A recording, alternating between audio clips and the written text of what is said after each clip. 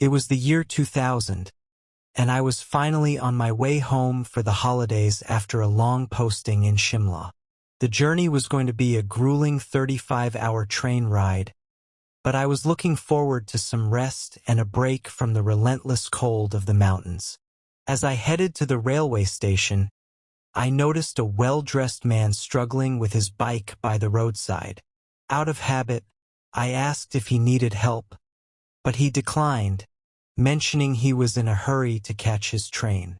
We both ended up sharing a cab to the station, exchanging brief pleasantries before parting ways. My train arrived shortly after, and I boarded, finding my seat and settling in. It was already 7 p.m., and the winter darkness had enveloped everything outside.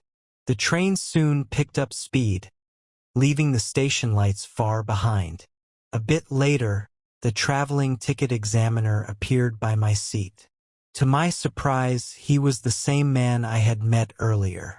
We both laughed at the coincidence, and he promised to join me for dinner once he finished his rounds. By the time he returned, it was past 9 p.m., and we shared a modest meal from my packed tiffin. Our conversation meandered through various topics, easing the long journey. By 11 p.m., fatigue claimed us, and we drifted off to sleep. The coach was almost empty, with most passengers expected to board the following day.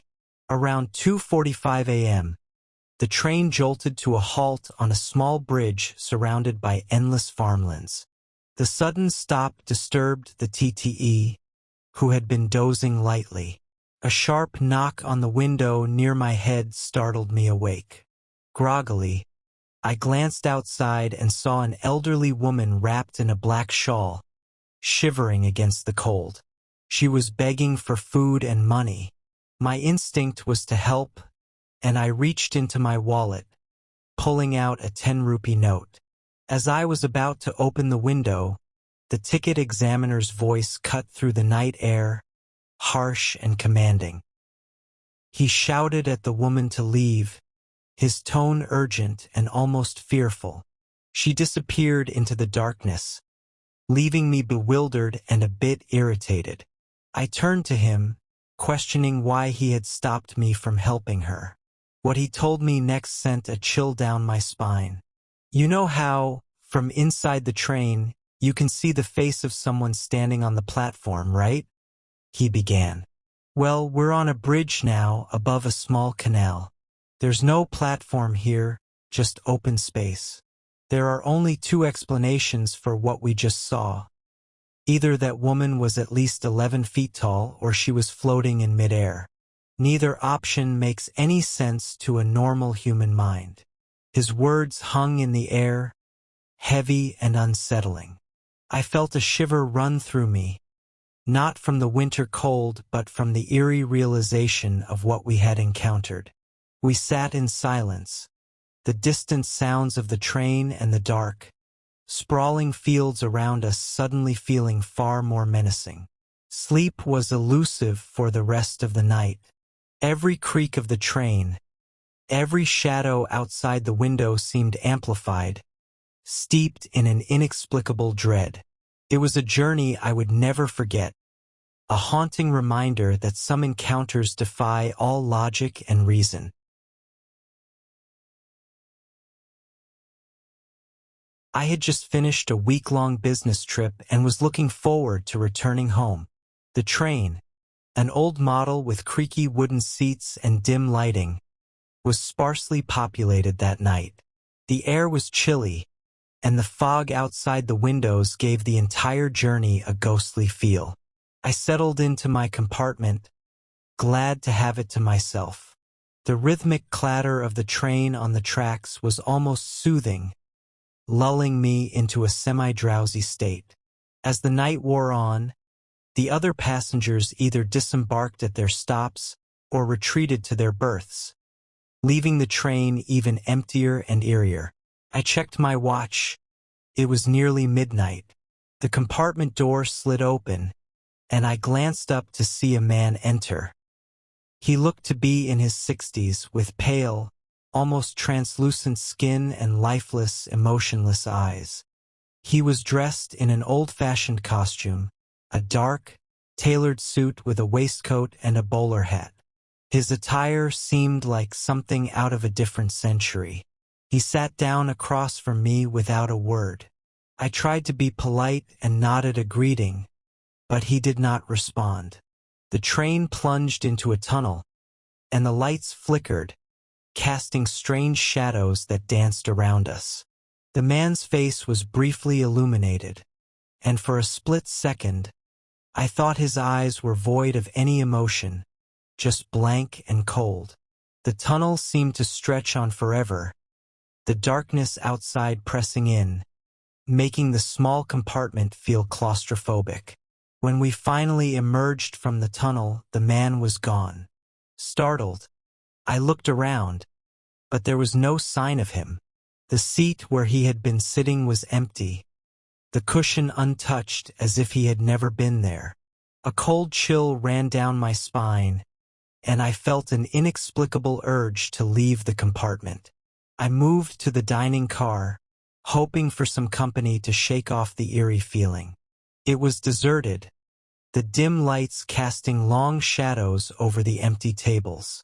I grabbed a coffee and sat down, my back to the wall.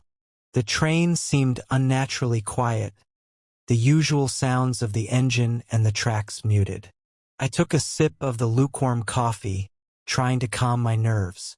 A loud bang echoed through the car, making me jump. I looked around, but there was nothing out of place. Just then, the door at the far end of the car creaked open slowly. I stared at it, my heart pounding. The man from my compartment stood there, his eyes locked onto mine. He started to move towards me, his steps slow and deliberate. I felt frozen in place, unable to look away. As he drew closer, I noticed something unsettling about his movements. They were too smooth, too silent. I tried to get up, but my body wouldn't respond.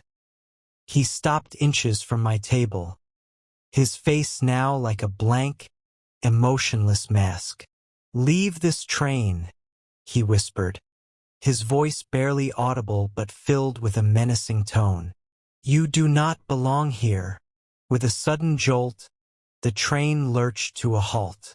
The lights flickered once more, and when they stabilized, I sprang from my seat and ran to the nearest door, yanking it open and stumbling onto the platform. The night air was icy, and the fog swirled around me, but I didn't care. I needed to get away. I found myself at a small, deserted station. There were no signs of life, no lights except the dim glow of the train. I turned to see the train slowly pulling away, its windows dark. As it disappeared into the fog, I caught one last glimpse of the man, his face pressed against the glass, watching me with those blank, lifeless eyes. I spent the rest of the night in the station, shivering and terrified. When the morning came, I took the first train home, never looking back. To this day, I avoid night trains and old carriages. The memory of that man, his haunting presence, and his chilling words still linger in my mind, a reminder of a night I can never forget. The night was dark and bitterly cold. I was on a train, hurtling through the countryside at around 30 miles per hour. The dim lights inside the train barely pierced the surrounding darkness, casting long, flickering shadows. I huddled in my seat, staring blankly out of the window, trying to keep myself awake. The rhythm of the train on the tracks was almost hypnotic. As we neared the next stop, I noticed movement outside the window. It was faint at first, a mere shadow against the night. Then, suddenly, everything was bathed in an ominous red glow. The lights inside the train flickered violently before dying altogether. For a brief, terrifying moment before the darkness consumed us, I saw her. A woman, clad in blood-red clothes, stood at the far end of the train cart. Her face was obscured by the darkness, her head nothing but a pitch-black void. But what I could see, clear as day, was the huge, gleaming knife in her right hand. My heart pounded in my chest, a primal fear surging through me. Everything went pitch black. The only sound was the frantic beating of my heart. Then I heard it. Movement, a rustling sound, and then a blood-curdling scream. The unmistakable, sickening sound of flesh being impaled followed. The darkness pressed in around me, suffocating and absolute. Just as suddenly as they had gone out, the lights flickered back to life. I glanced around, expecting to see carnage, but there was nothing. No sign of the woman in red, no indication that a murder had just taken place. The train was as it had been, silent except for the hum of the engine and the soft chatter of the other passengers. Life continued as if nothing had happened, but I couldn't shake the lingering sense of dread. A year passed. The memory of that night had faded into a distant nightmare, a story I seldom told. I had almost convinced myself it was a trick of the mind, a bad dream born of fatigue and an overactive imagination. But then, it happened again. I was in my bathroom, brushing my teeth before bed. The lights flickered, then went out completely. My heart leaped into my throat. The bathroom was plunged into darkness, the familiar terror creeping up my spine. The lights came back on, flickering erratically. In the dim, sporadic light, I saw her again, the woman in red. She stood there, her face still a void of blackness, her knife gleaming menacingly in her hand. My breath caught in my throat.